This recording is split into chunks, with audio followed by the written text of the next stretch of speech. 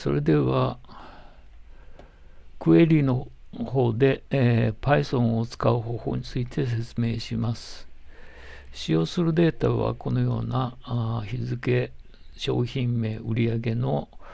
データを用いて、ここに列を追加していきます。まず最初に、データ変換ボタンを押して、パワークエリを立ち上げます。そしてここで変換ボタンを押すと、こちらに Python スクリプトというのが出てきます。そこで、これをクリックすると、こちらの方にですね、スクリプトを入れる欄が出てきます。そこで、ここにスクリプトを書いていきます。今回使用するスクリプトは、こういうような、税額を求めるのと、比率、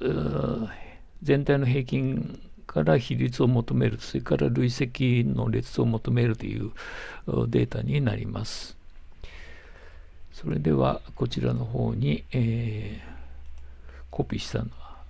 は、プログラムをこういう形で入れて OK ボタンを押します。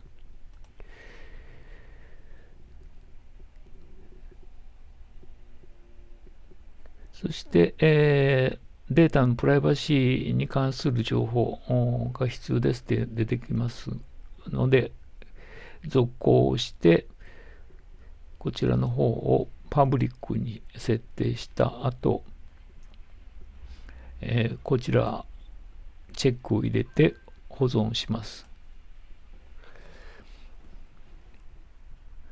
そうするとこういうような形で、表示されますので、ここでこちらの展開ボタンを押してやって、必要のないデータはチェックを外します。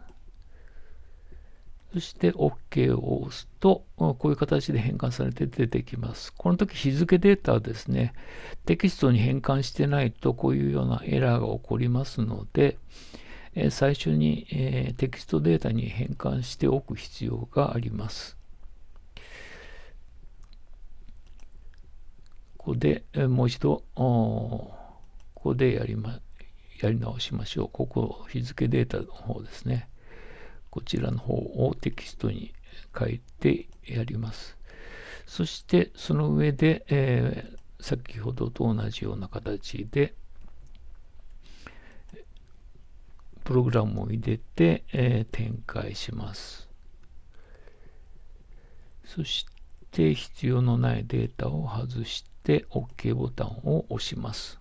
そうするとこういうような形になりますけども、このヌル値が表示されていますので、この部分は取り除きましょ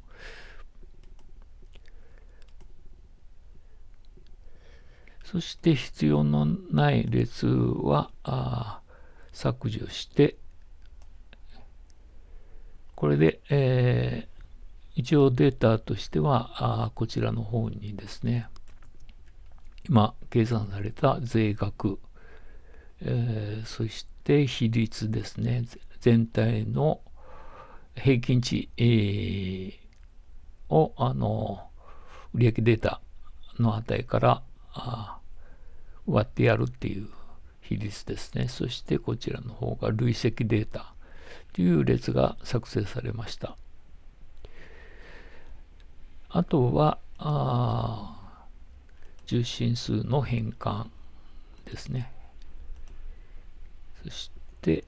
税額の方も受信数に変換。売上値も変換。そして